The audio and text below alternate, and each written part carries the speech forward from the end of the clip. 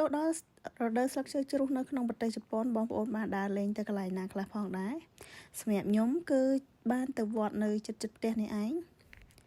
ជារៀងរាល់ចុងឆ្នាំគឺខ្ញុំហើយនិងគ្រួសារតែងតែទៅវត្តបងប្អូនចាទៅមើលស្លឹកឈើ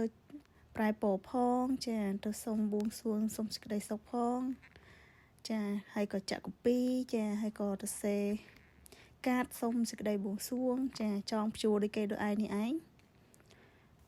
ហើយក្នុងរដូវស្លឹកឈើជ្រុះនេះផងដែរអាកាសធាតុកាន់តែត្រជាក់ទៅហើយ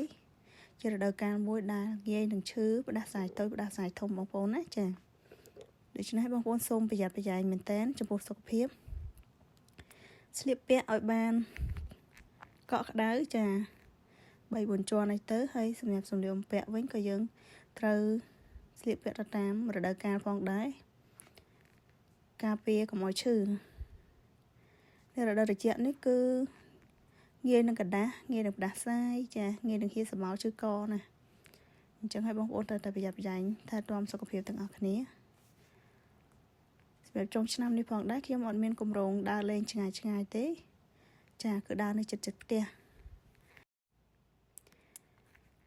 ចុងឆ្នាំនេះផងដែរគឺជារដូវកាលមួយដែលមានព្រិលធ្លាក់ផងដែរបងប្អូនចា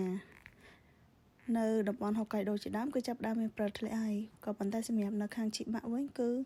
រើរៀងកក់ក្ដៅបងប្អូនសីតុណ្ហភាពត្រជាក់អាចចុះត្រឹម12-13អង្សាទេហើយបើមានថ្ងៃបើកទៀតអាចឡើងដល់18អង្សាងាយស្រួលក្នុងការរស់នៅងាយស្រួលក្នុងការដើរលេងចាបើអាហារវិញគឺឲ្យតែខែត្រជាក់អញ្ចឹងគឺឆ្ងាញ់គ្រប់មុខតែម្ដងហូបបានគ្រប់មុខហើយបងកុំប្រឹងទៅធ្វើការងារពេកបងណាចាចុងឆ្នាំយើងដើរលេងខ្លះទៅ